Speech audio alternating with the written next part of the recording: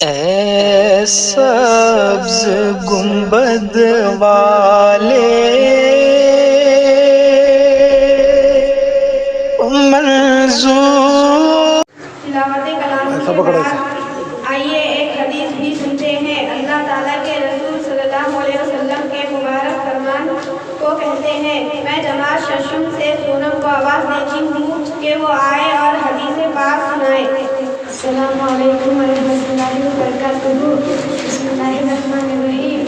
حضرت محمد بن مخلوق بن حسن رضی اللہ عنہ سے روایت کرتے ہیں کہ نبی کریم صلی اللہ علیہ وسلم نے ارشاد فرمایا، جو مومن اپنے کسی مومن بھائی کی مصیبت میں اسے صبر و سکون کی تلقین کرے گا، اللہ تعالیٰ اسے قیامت کے دن جنت کا لباس پہنائیں گے۔